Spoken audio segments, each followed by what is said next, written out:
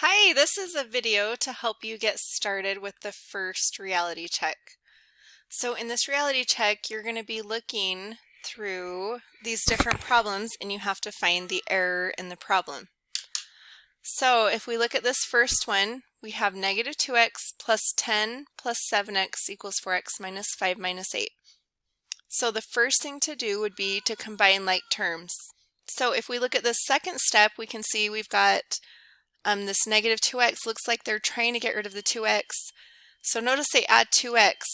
Well, this is our error right here.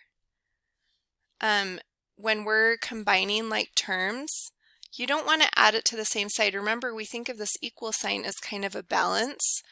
And so since they added it to the same side, it's going to be out of balance. It's like they added two 2x's to the same side and none to the other side. And so this is our error, right? I'll just go ahead and circle it. Oh, oops.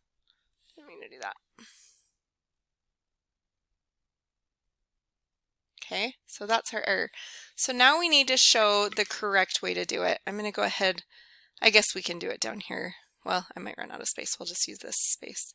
So we have negative 2x plus 10 plus 7x equals 4x minus 5 minus 8.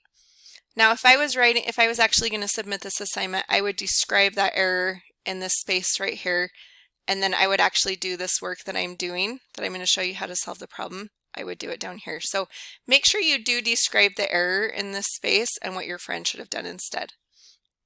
Okay, so what we should do instead on this one is we need to first combine like terms on the same side. So we've got negative 2x plus 7x gives us 5x plus 10 equals, so we have 4x on this side, minus 5 minus 8 gives us a negative 13.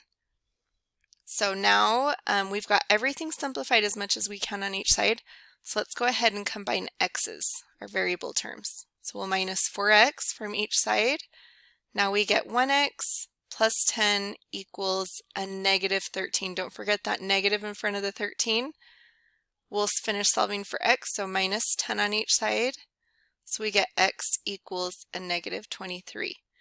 Now, if you wanted to double check this answer and make sure it is correct, you could plug it in for x and make sure the equation comes out true on both sides. So once again, this problem is kind of two parts. First, describe the error, which you can't add 2x to the same side. You want to add it once to each side of the equation, and then actually solve the equation. Hopefully that helps. You're going to be doing this on every problem, so let me know if you're stuck on any and I'd be glad to help.